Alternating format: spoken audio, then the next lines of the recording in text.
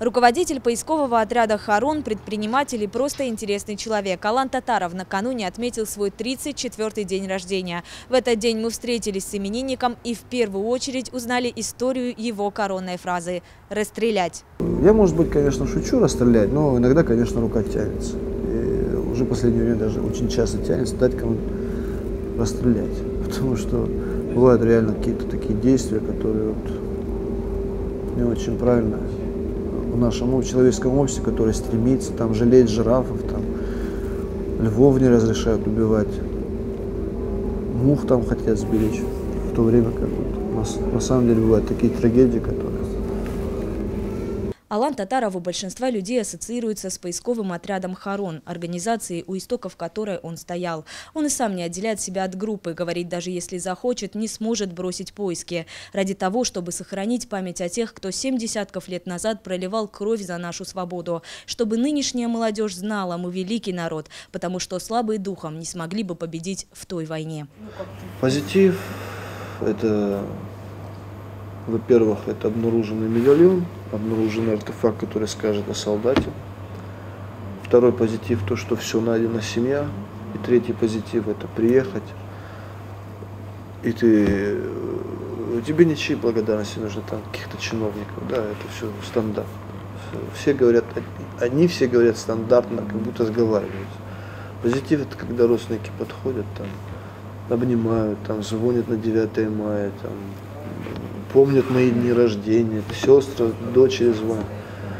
И позитив, когда там дочь какого-нибудь солдата там подходит и надумает, что это нужно оплатить, она достает какой-нибудь старый платочек, там достает какие-то копейки, и ты вот дожидаешься вот этого момента, вот она вот, потому что ты думаешь, может быть, там кому другому, не мне, да, и она подходит и руки зажимает, нет, спасибо вам.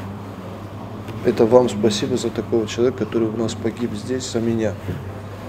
Однако одним Хароном жизнь Алана Татарова не ограничивается. В этом году он удивил многих, усыновил сразу 5 мальчишек. Свою семью он называет интернациональной. Оно и неудивительно. Вместе воспитываются грузин, поляк, осетин и 2 русских. И во главе всего этого сам Татаров. Я стараюсь их занимать их время. Занимать работой, занимать полезными движениями, полезными вещами. С ними нужно привыкнуть друг к другу, к существованию друг друга, для того, чтобы мое слово сильнее влияло, то есть мои объяснения были более понятны. Поэтому мы стараемся, я как бы отрегулировал некое время, которое мы должны быть вместе, а все остальное время я постараюсь занимать их в какой-то ситуации, потому что люди взрослые, в принципе, уже не маленькие дети. И они должны четко понимать, что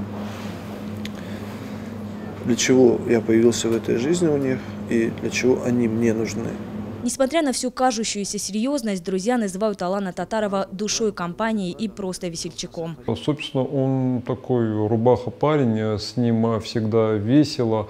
Он настоящий катализатор настроения, и тот человек может думать, что в любой компании он будет душой компании. Так или иначе, Татаров забирает непроизвольно, но забирает вот эту, скажем так, пальму первенства, и с ним всегда весело, с ним всегда ржачно, вот так вот. И в то же время он в деле, вот в поисковом своем деле, он безотказно, как автомат Калашникова. Как и все люди, он строит планы, список того, что необходимо сделать. На ближайшее время в нем 2 пункта. Умно сказав, что если хочешь рассмешить Бога, расскажи ему о своих планах, но план ставь. Хочу обязательно в Северную Корею съездить и 9 детей.